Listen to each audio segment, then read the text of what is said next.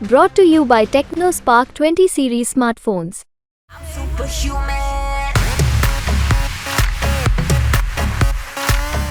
जो पूरी उम्मीद है मैं उनसे जाऊंगी उनसे मिलने के लिए, उनसे आग्रह भी करूंगी कि वो साथ में रहें, उनकी सरपरस्ती में चुनाव लड़ूं मैं, ऐसा मैं उम्मीद भी करती हूँ। नमस्कार, यूपी तक देख रहे हैं आप। मैं हूं आपके साथ गौरांशी श्रीवास्तव।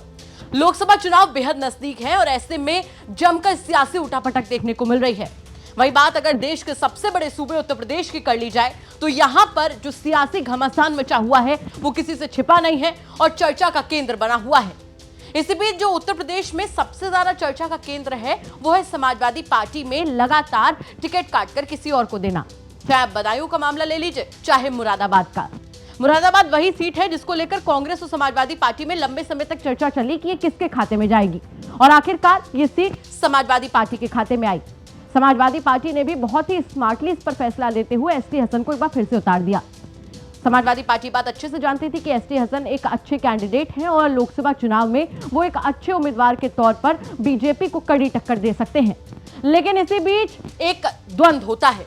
ये द्वंद्व, ये अंतर्कलह समाजवादी पार्टी के अंदर खाने ही होती है और अचानक से एसटी हसन के नॉमिनेशन फाइल करने के बाद भी रुचिवीरा को मैदान में उतार दिया जाता है।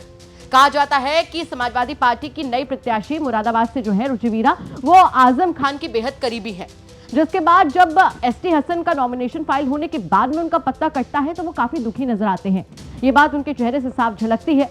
हालांकि वो इस बात को कहते हैं कि अखिलेश यादव ने सोच समझकर निर्णय लिया होगा, वो बड़े बुजुर्गों का सम्मान करते हैं इसलिए निर्णय लिया गया है। लेकिन उन्होंने ये बात भी साफ कर दी कि वो किसी भी सूरत में रुचिवीरा के लिए प्रचार प्रसार नहीं करेंगे। वहीं दूसरी तरफ अगर आप मुरादाबाद की बात कीजिए तो मुरादाबाद में इस बात का जमकर विरोध भी हो रहा है। एसटी हसन के खेमे के लोग रुचिवीरा का जमकर विरोध भी कर रहे हैं। हाल फिलहाल में एक वीडियो वायरल हुआ था जिसमें कांग्रेस पार्षद माइक पर लगातार कह रहा है कि हम आपको चुनाव जितवाएंगे, लेकिन हम एसटी हसन का अपमान भी बर्दाश्त नहीं करेंगे। वहीं रुचिवीरा के सामने ही पार्षद से माइक की छीना झपटी भी हुई थी। इसी बीच जब यूपी तक रुचिवीरा के पास इस मुद्दे को लेकर पहुंचा तो उनका साफ तौर पर कहना था कि वो एसटी हसन के पास जाएंगी, उनको मनाएंगी और बातचीत कर लेंगी।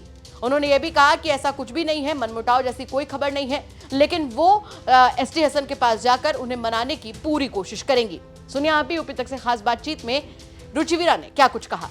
देखिए, मेरी नॉलेज में तो ये नहीं है कि ऐसा उन्होंने कहा है, ऐसी उम्मीद भी नहीं है मुझे। वो पार्टी के वरिष्ठ नेता हैं, यहाँ एमपी रहे हैं, तो मुझे तो ये उम्मीद है कि थोड़ा सा 1-2 दिन में सब ठीक हो जाएगा। थोड़ा सा मतलब आदमी को एहसास तो होता ही है, तो उसके बाद में मुझे पूरी उम्मीद है मैं उनसे जाऊंगी उनसे मिलने के लिए, उनसे आग्रह भी करूंगी कि वो साथ में रहें, उनकी सरपरस्ती में चुनाव लड़ूं मैं, ऐसा मैं उम्मीद भी करती हूँ और यकीन भी है मुझे इस बात का कि वो सब साथ में रहेंगे सभी लोग। और बहुत अच्छा मुझे अभी दिखाई दे रहा है और वो भी बहुत अच्छे व्यक्ति हैं, व्यक्तिगत रूप से भी मैं उन्हें जानती हूँ और पार्टी का भी भाई साथ है ही है उनके साथ, तो सब ठीक होने वाला है। मुझे तो लग रहा है आप लोग ज्यादा चिंतित हैं इस सब को लेके, वैसे वास्तविकता में ऐसा कुछ है नहीं जिसको हम बहुत बार बार पूछ रहे हैं सब लोग। तो मुरादाबाद में समाजवादी पार्टी के टिकट बदलाव को लेकर जमकर विरोध भी देखने को मिल रहा है।